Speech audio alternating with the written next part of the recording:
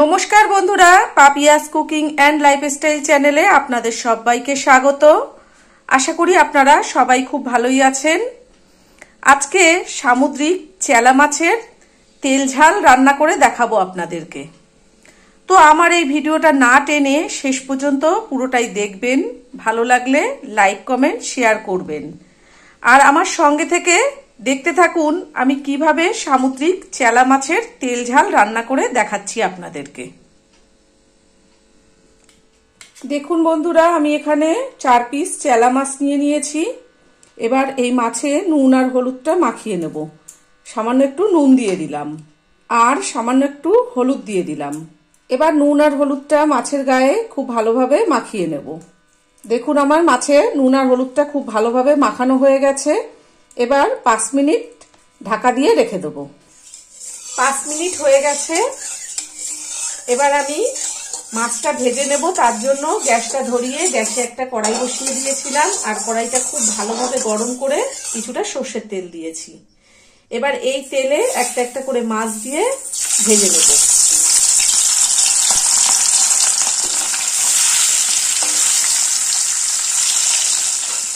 গ্যাসের ফ্লেমটা লোতে রেখে মাছগুলোকে ভেজে নেব। এই সামুদ্রিক মাছ কিন্তু বেশি ভাজতে হয় না, হালকা ভাজলেই খেতে বেশি ভালো লাগে। মাছের এই পাশটা ভাজা হয়ে গেছে। এবার আমি আস্তে আস্তে উল্টিয়ে দেব। আর এখনো যারা আমার চ্যানেলটিকে সাবস্ক্রাইব করেননি তাদের কাছে আমার অনুরোধ রইল, আমার চ্যানেলটিকে অবশ্যই করে সাবস্ক্রাইব করবেন এবং পাশে থাকা বেল আইকনটি ক্লিক করে অল করে দেবেন, যাতে আমি যখন যা নিত্য নতুন ভিডিও ছাড়বো তার নোটিফিকেশন সবার প্রথমেই আপনাদের কাছে পৌঁছে যাবে। দেখুন মাছটাকে আমি খুব সাবধানে আস্তে আস্তে উল্টিয়ে দিলাম। আর এইরকম ভাবেই মাছ ভেজে নিতে হবে, বেশি কড়া করে ভাজা যাবে না। মাছটা ভাজা হয়ে গেছে। এবার কড়াই থেকে তুলে নেব। মাছ তুলে নিয়ে ওই তেলে আলু দিয়ে দেবো। দেখুন সরু সরু লম্বা করে আলু কেটে নিয়েছি। গ্যাসের ফ্লেমটা হাইতে দিয়ে আলুটাকে বেশ লাল লাল করে ভেজে নেব।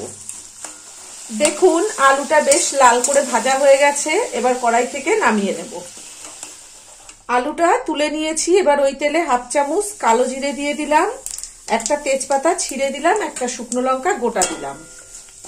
ফোড়নটা ভাজা হয়ে গেছে। এবার কিছুটা পেঁয়াজ কুচিয়ে রেখেছি, পেঁয়াজ কুচিটা দিয়ে দিচ্ছি।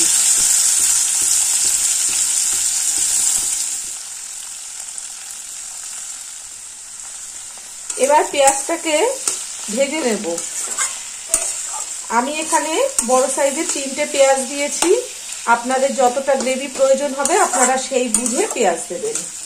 গ্যাসের ফ্লেমটা মিডিয়ামে দিয়ে পেঁয়াজটাকে লাল লাল করে ভেজে নেব।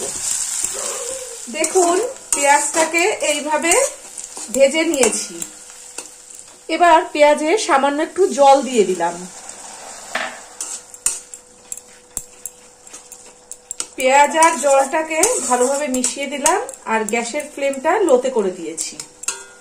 1/2 চামচ জিরের গুঁড়ো দিলাম, 1 চামচ ধনের গুঁড়ো দিলাম, 1/2 চামচ শুকনো লঙ্কার গুঁড়ো দিলাম,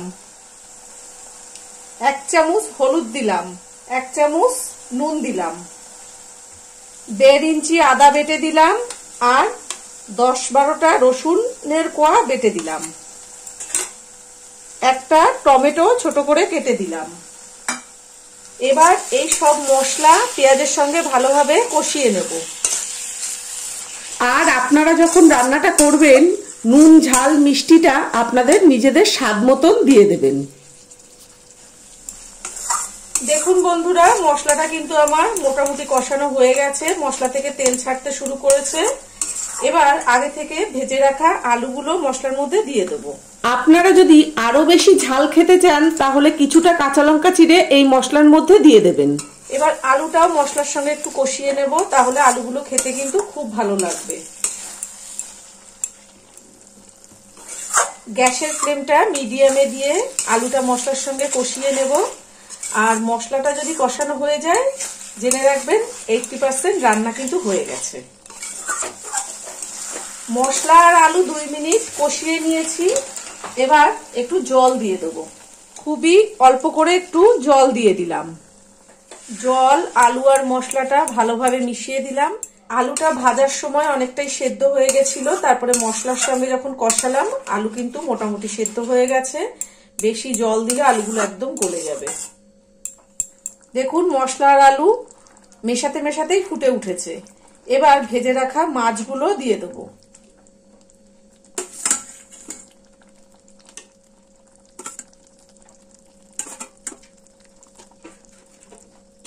দুটো কাঁচা লঙ্কা মুখ ফাটিয়ে দিয়ে দিলাম, আর এক মুঠো ধনেপাতা ওপর থেকে ছড়িয়ে দিলাম।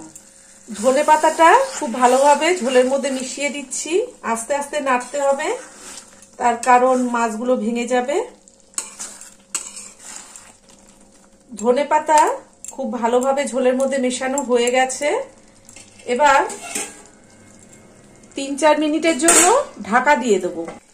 3 মিনিট হয়ে গেছে, আমি ঢাকাটা খুলে দিয়েছি আপনাদেরকে একটু দেখানোর জন্য। দেখুন সামুদ্রিক চেলা মাছের ঝালটা আমার কিন্তু কমপ্লিট হয়ে গেছে। আমি একটু আলু কেটেও দেখিয়ে দিই। দেখুন আলুও কত সুন্দর সেদ্ধ হয়ে গেছে। তো এবার আমি 5 মিনিট ঢাকা দিয়ে রেখে দেব, তারপরে আপনাদেরকে পরিবেশন করে দেখাবো।